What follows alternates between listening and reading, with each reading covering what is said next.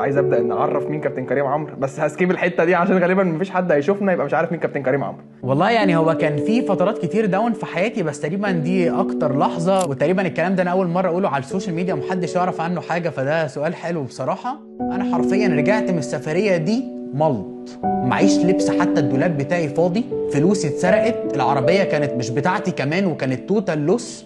فضلت احلم بالحادثه دي لمده 3 شهور كاملين، كل يوم بصحى بصوت.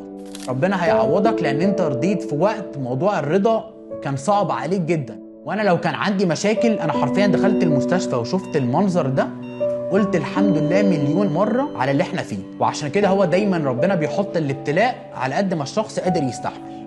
كمية الفرحة اللي انا شفتها في كذا شخص انا ساعدتهم المساعدة دي مرعبة.